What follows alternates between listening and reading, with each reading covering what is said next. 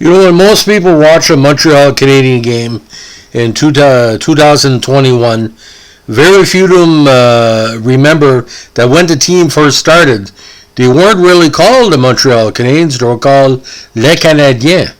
Now, we're going to go back to Montreal, or what ended up being the Montreal Canadiens' inaugural season in 1909-1910. Now, the Montreal Canadiens season was the team's, again, inaugural campaign. They didn't play in the NHL. They played in something called the National Hockey Association. Now, the 1910 Montreal Canadiens operated as Les Canadiens and were owned by Ambrose O'Brien of Renfrew, Ontario, as one of 4 franchises he owned in the NHA. After the season, the franchise was suspended and the NHA franchise was sold to George Kennedy. All the players of Les Canadiens went to Kennedy's organization.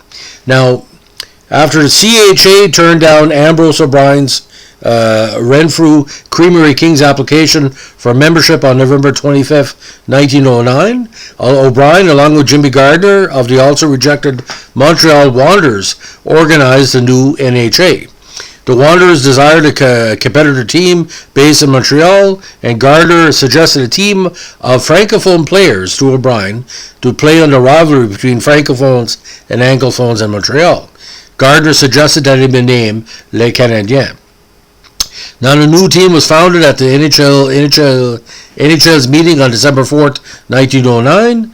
O'Brien put up $5,000 security for the new franchise on the condition that it would be transferred to Montreal French sportsmen as soon as practical. Now, Jacques Laviolette was hired to organize the new team. Its official name, Le Club de Hockey Le Canadien. Now, Laviolette was giving free rein by the NHA owners to sign all Francophone players. The others would not sign any until the Canadian team was set. His first signing was his old friend Didier Cannibal Pitre. Pitre was working in Sault Ste. Marie, Ontario, when he received a telegram from Laviolette outlining the team and to come to Montreal. At the train in North Bay, Ontario, Pitre was met by an official of the CHA's Montreal Le National, who signed him on the spot for $1,100. However, Pitt had thought he was signing a contract with Laviolette. When Pitre arrived in Ottawa, Laviolette was there to meet him. Laviolette explained that it was the other French-Canadian team that Laviolette was managing. Pitt eventually signed with Laviolette for a $600 raise at a guaranteed $1,700.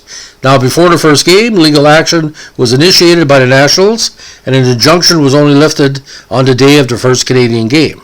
Laviolette's other signings went much easier, as Newsy Lalonde, the big star, signed on December 14th, and he reported the next day to complete the roster. Now, when the CHA folded in January 1910, the franchise was offered by O'Brien to Le National, but he declined to purchase the franchise.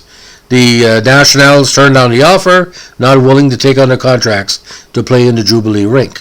Now, the cost of the player contracts were $6,200 with debts of $1,400.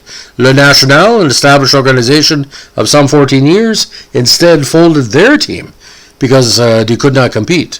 Now, the original Canadiens had a record of 2-10 to finish last in the league. The team's first game was a win against Cobalt at home 6-0 in overtime on January 5th, 1910. The result, unfortunately, was nullified when the NHA absorbed the CHA teams and created a new schedule. Cobalt later defeated Les Canadiens at Montreal 6-4. The team's first official win took place on February 7th, 1910, against the Hallaberry Hockey Club. The team did not win a game away from its home rink.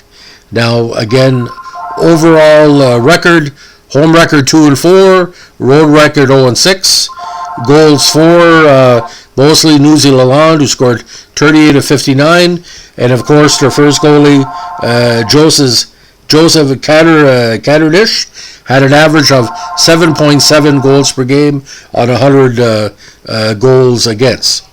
Now, other teams in the league that year included the Ottawa Hockey Club, again the Renfrew Creamery Kings, Cobalt, and the Montreal Shamrocks. Now, Cobalt had a very strong team that year, scored 79 goals, but unfortunately gave up a league-leading 104. So it was a good campaign on the offense. And the Ottawa Hockey Club had a really good team that year as well. 9-3, finished second to the Wanderers, who were 11-1.